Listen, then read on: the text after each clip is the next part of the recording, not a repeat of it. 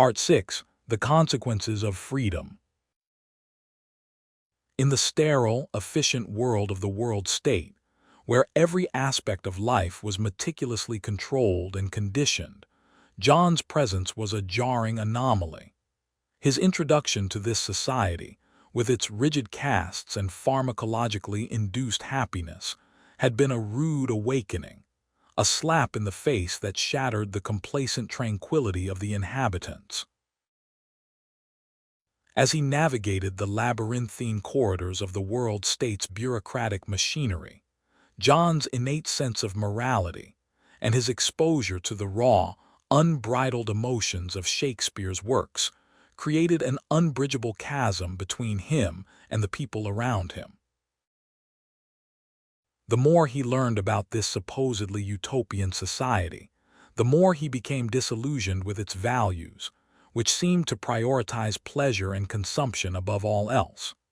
The world state's citizens, with their vacant, drug-induced smiles and their obsessive pursuit of instant gratification, struck John as hollow, soulless creatures, devoid of genuine passion or deep-seated emotions. He felt like a wildflower blooming in a garden of genetically engineered, uniform blooms, his uniqueness a threat to the very fabric of this tightly controlled world. As John struggled to come to terms with the stark realities of the world state, the tensions between him and the authorities began to escalate. His refusal to conform to the societal norms, his rejection of the ubiquitous Soma, and his penchant for solitude and introspection made him an outcast, a misfit in a world where individuality was discouraged, and independent thought was seen as a threat to the established order. The world controllers, with their cold, calculating logic and their unwavering commitment to the stability of the world state, viewed John as a potential disruptor, a rogue element that needed to be contained and neutralized. The moral dilemmas that John faced as he tried to navigate his place in this alien world were daunting and complex. On one hand, he was drawn to the world state's promises of comfort, security, and pleasure, temptations that appealed to his baser instincts and his deep-seated desire for human connection. On the other hand, he was repelled by the emptiness and superficiality of the society, the lack of genuine emotions, and the suffocating grip of the world controllers. As he grappled with these conflicting desires, John found himself torn between his loyalty to his own values and his desire to belong, to be accepted by the people around him. The streets of London, with their towering skyscrapers and their endless streams of pedestrians, seemed to stretch out before John like a labyrinth, a maze of reflections and echoes that threatened to consume him. The faces that passed him by were masks, hiding the true thoughts and feelings of the individuals behind them, and John felt like a ghost, invisible and insignificant as he wandered through the crowds. The distant hum of the city, the constant din of music and advertisements, created a sense of disorientation, a feeling of being lost in a sea of noise and distractions. As the days turned into weeks, John's sense of disconnection and isolation deepened. He felt like a stranger in a strange land, a world that was both fascinating and repellent, a place where the boundaries between reality and illusion were constantly blurred.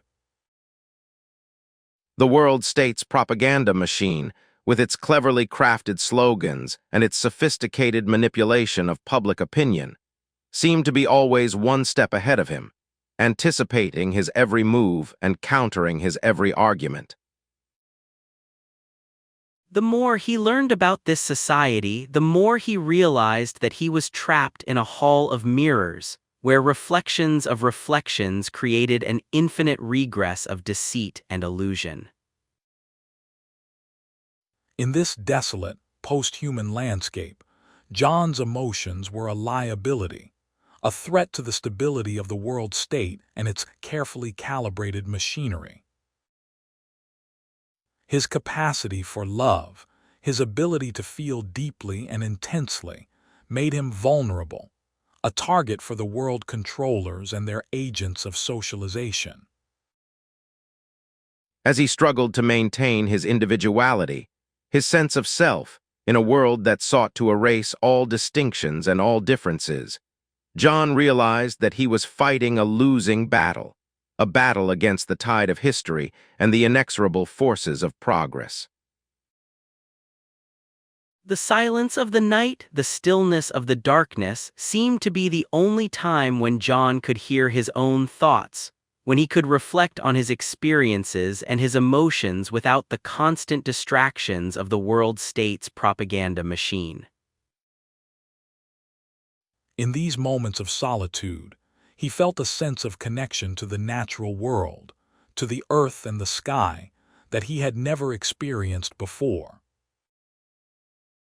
The stars above, the trees and the flowers seemed to be the only things that remained unchanged, the only constants in a world that was constantly in flux.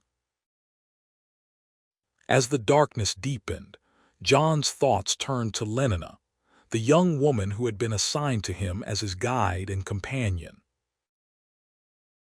Her beauty, her charm, and her unwavering commitment to the world state's values had initially captivated him.